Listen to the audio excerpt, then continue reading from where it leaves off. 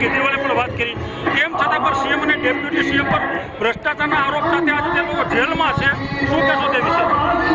જો ભ્રષ્ટાચારના આરોપ જનતાએ નથી કર્યા, ભાજપે ખોટા કેસમાં ફસાવેલા છે. તમે વિચાર કરો કે પીએમએલએ કાનૂન અંતર્ગત સંશોધન કરીને જેલમાં અરવિંદજીને, મનીષજીને, સત્યેન્દ્રજીને જેલમાં નાખ્યા. એવું કહે છે કે આમ આદમી 100 કરોડ લીધા, 1 રૂપિયો બરામદ નથી થયું. પણ એ જ વ્યક્તિ પાસેથી ભાજપે 60 કરોડ લીધા, એ તો ઇલેક્ટ્રોલ બોન્ડમાં છતું થઈ ગયું.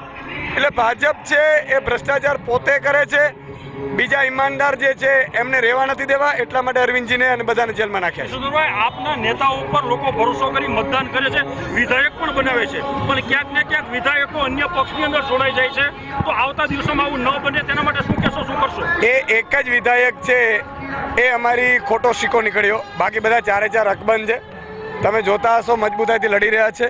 આજે ભાજપ સામ દામ દંડભેદ કરે છે, છતાંય અમારા 4 મજબૂતો અત્યારે ઊભા છે. હવે ખોટો સિક્કો ક્યારેક આવી ગયો હોય, પણ માની લો કે વિસાવદરની જનતાએ એવું કીધું કે આવવા દો ફરીથી ચૂંટણી, ભાજપે ચૂંટણી ના આવવા દીધી. એટલે અમારે વિશ્વાસ આપીએ છીએ, મજબૂતાઈથી લડીશું, પ્રજા માટે લડવા આવ્યા છીએ અને પ્રજાને હક અપાવીને રહેશું. Thank you.